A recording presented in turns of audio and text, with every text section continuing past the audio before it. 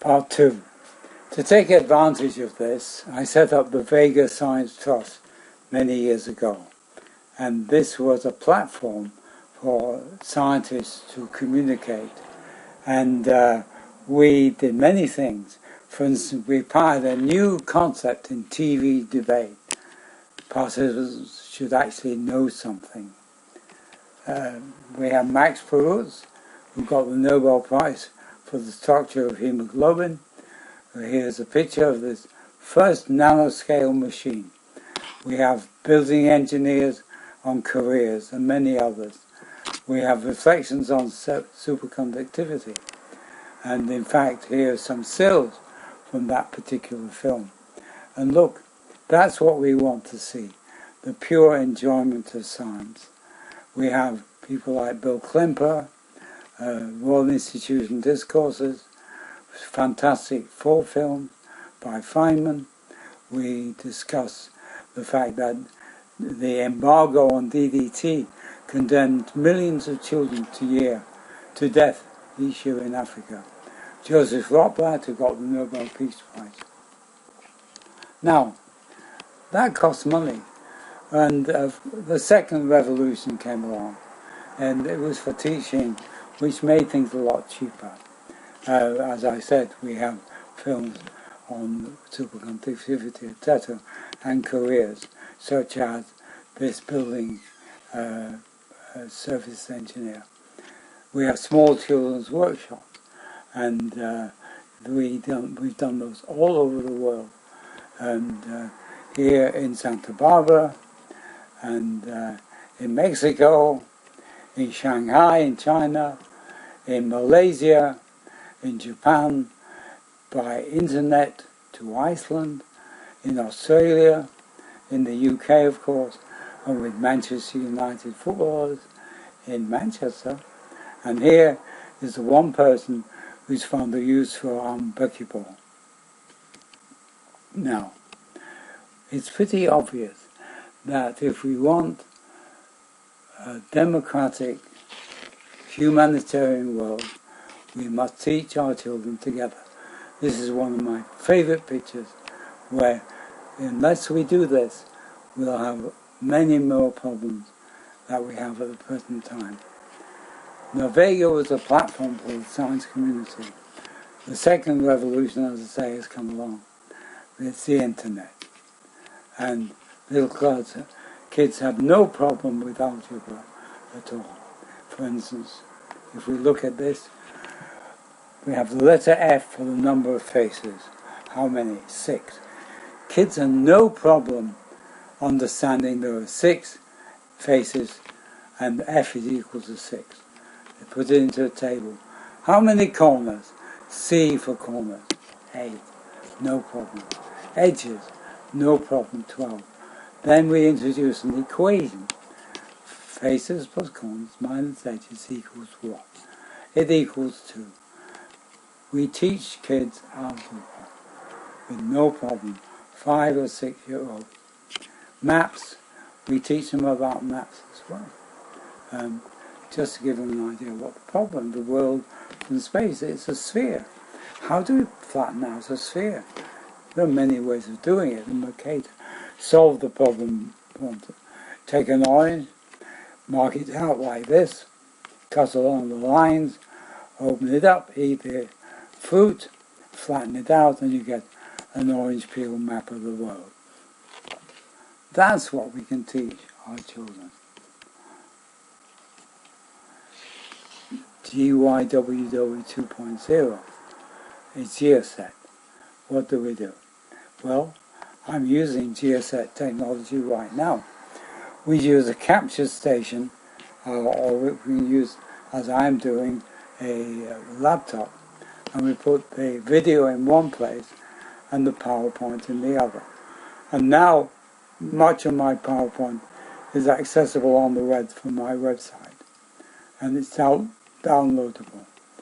The future of broadcasting, and there we go. So we can give lectures on the web with PowerPoint, and the key gateway is geoset.info, and the pilot was gs.fsu.edu.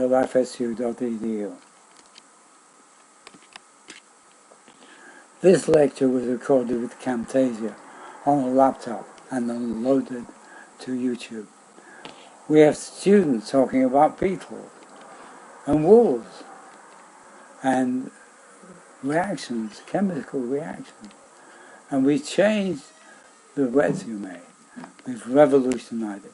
Instead of putting a resume somewhere in this pile, we can put our students on top of the pile by putting a URL to their GSET recording. That's a revolution. And in fact, assessment, instead of marking a whole pile of papers like this and having a headache on the Sunday morning, I can sit at home, as I am doing now, with my laptop, and assessment becomes an enjoyable experience as I watch the kids recording their projects. Now, what is the...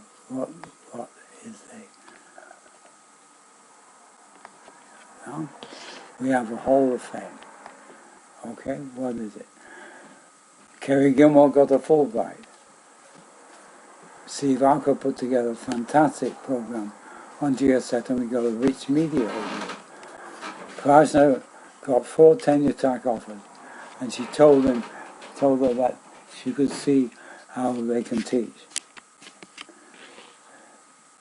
Brittany, she was accepted in medical school, and the presentation was a defining factor. Artrees, when she got to the interview, the committee said they enjoyed her presentation. Jennifer got into vet school. Dan got a Goldwater scholarship. Noriyuki got a job with NHK, the Japanese television company. And this is very interesting. Saino got a job back in India when she was in Japan. She sent her URL of her presentation to India, and she was taken on as an assistant professor without going back for interview. And Mark Riley said that NSF were impressed when they saw the URLs. So, it works. GSET.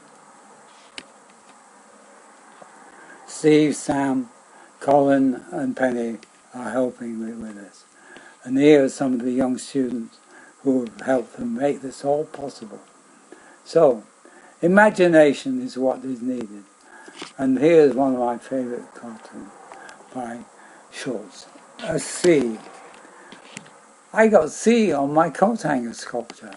How could anyone get sea in coat hanger sculpture? May I ask a question?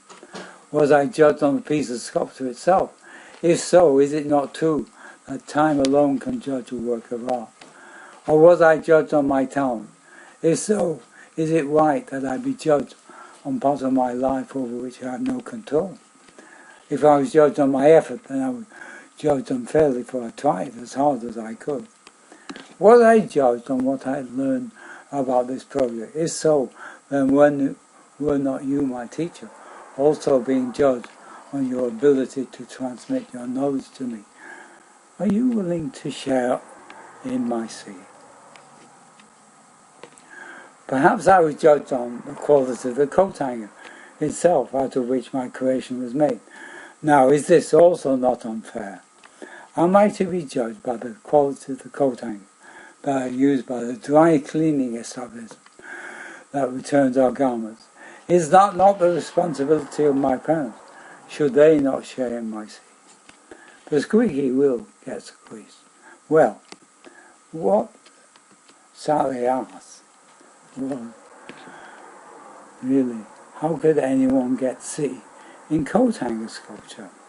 Well, I'm going to tell you how that's possible.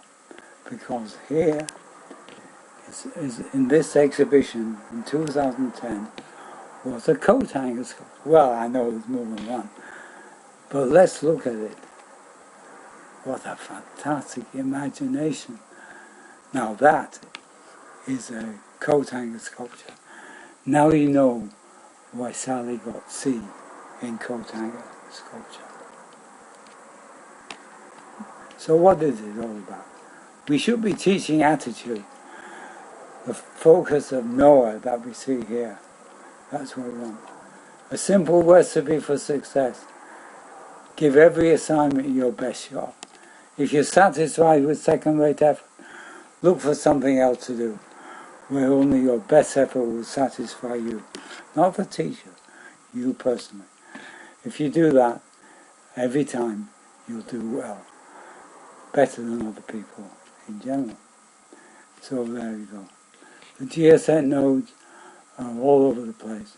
Here, the UK, Japan, and Croatia, Spain, Russia coming up. So this is it. Now, finally, I want to show you something about education. A couple of years ago, we were in Delft and sitting at this table. And there we got little children to make buckyballs. This little boy came on. You know, his tongue never went in. And then he showed it. His sister wanted to make it too. And this little boy. But the first customer was this little girl, 3 years old. And here we see her, focused, building it all the way. And look at that.